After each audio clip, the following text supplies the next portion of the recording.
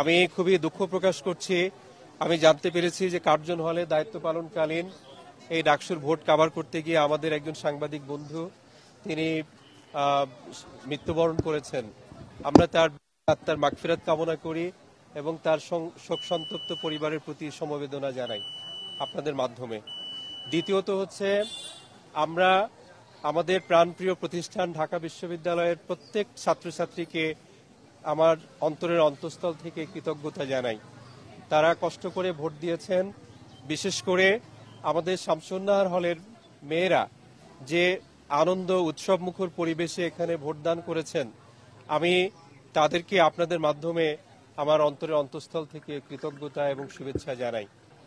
আমরা আপনাদের কাছে এইটাই জানাতে চাচ্ছি যে শামসুন্নাহার হলে আমাদের এই ইউনিভার্সিটি ল্যাবরেটরি কেন্দ্রে 4096 জন ভোটার এর লিস্ট ছিল।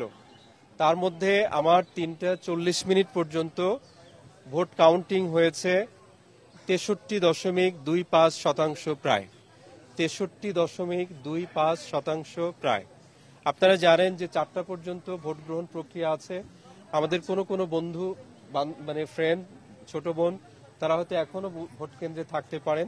সুতরাং এক্সাক্ট ফিগারটা আমরা যখন ভোট গণনা শুরু করব তখন হয়তো আরো এক্সাক্ট ফিগার আরো 2-1% বেড়েছে কিনা সেটা তখন আপনারা জানতে পারবেন। আপনাদের সুবিধার্থে আমরা ভোট গণনা লাইভ ফরকাস্টিং করছি। এখানে এলইডি স্ক্রিন আছে।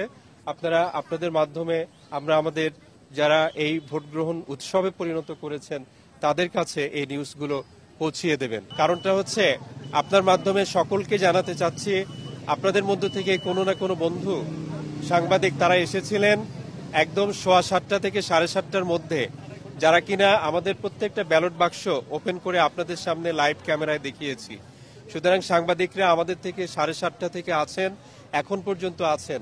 আমার জানা মতে প্রায় 9:30টার দিকে বাংলা ভিশনের ক্যামেরা প্রবেশ করেছিল, তারা লাইভ করেছে। তারপরে কিন্তু একাধিক্রমে অনেক সাংবাদিক বন্ধুগণ আপনারা ভিতরে প্রবেশ করেছেন। সুতরাং আমি সবিনয়ে আপনার মাধ্যমে এই অভিযোগটি আমি প্রত্যাখ্যান করছি। তারপরেও যদি কেউ মনে কষ্ট পেয়ে থাকেন, আমি ক্ষমাও চাচ্ছি।